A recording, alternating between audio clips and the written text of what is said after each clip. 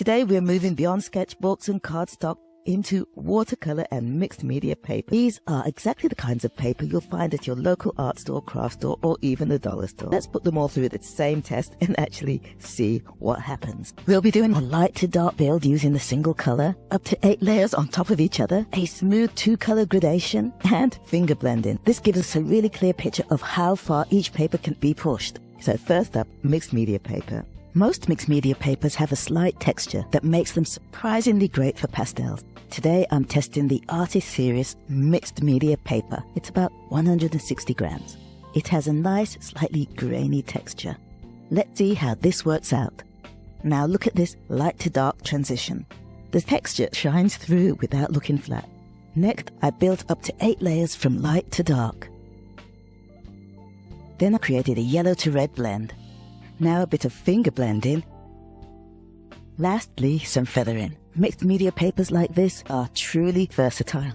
It holds up multiple layers surprisingly well, and the more I test it, the more I'm really impressed. That tooth grabs the pastel, allowing you to build more color and create richer blends. Now, honestly, I wasn't expecting this much from this surface. Soft, hard, or in between, all my pastel brands work really well on this paper.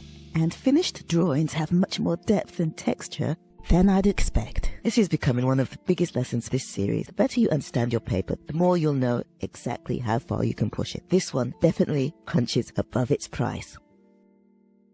Next up, Color Factory makes a lot of affordable art supplies, so I was curious whether this paper would be any good, or whether it was simply another case of you get what you pay for. The answer, again, was a surprise. This cold-pressed paper is actually really pleasant. When you use a light touch, it produces beautiful broken textures. The more you push, the more you layer, you suddenly get rich, solid coverage.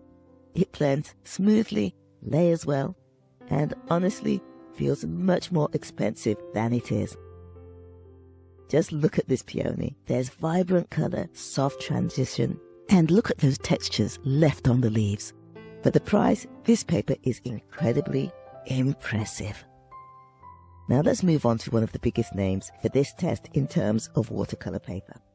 Canson. This is probably the paper many artists already know.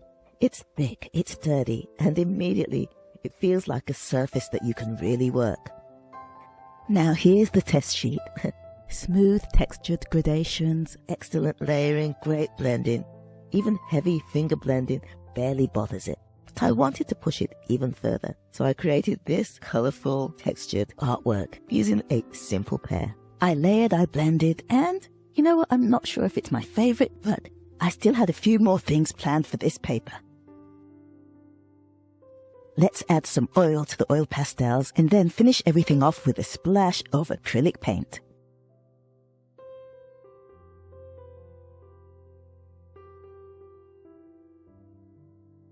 Despite all this abuse, the paper barely flinched. If you're someone who loves experimenting with mixed media or constantly reworking your painting, this paper was built for artists who like to play.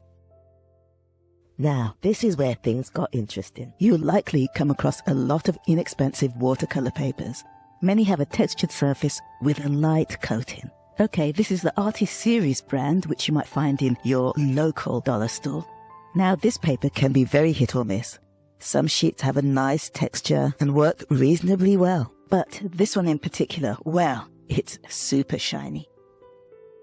Let's test it out and you'll see what I mean. First, the pastel looks okay. There we go, not looking bad at all. But once you try blending, the pigment lifts away instead of staying on the surface. The hard Pentel pastel didn't stand a chance. Creating and blending layers is near enough impossible. Okay, so let's now try a softer pastel, like a art text. Okay, now for some blending. Okay, it's difficult and very messy. You might get away with using very soft pastels, but at the same time, you end up using a lot of material just trying to build up coverage. So my recommendation, avoid overly smooth or shiny papers. If not, it might just disappear. So remember I said that this Artist Series paper was hit or miss? Well, look at what happens when we find a good batch. One which doesn't have a really shiny surface. The same paper, But now the Pastels sits nicely on it. It looks like tiny bumpy hills across the surface. I actually really like it for oil pastels. Seriously, look at the texture. It's unlike anything else we've tested. Instead of fighting the texture, you can use it. Sometimes the cheaper paper itself becomes part of the artwork, and that's exactly what's happening here. This won't be everyone's favorite, but if you love expressive textured painting, this paper has a personality all on its own. So, which paper wins? Honestly, I don't think there was a loser today. Every single paper had its own strengths. Canson proved why it's trusted by so many artists.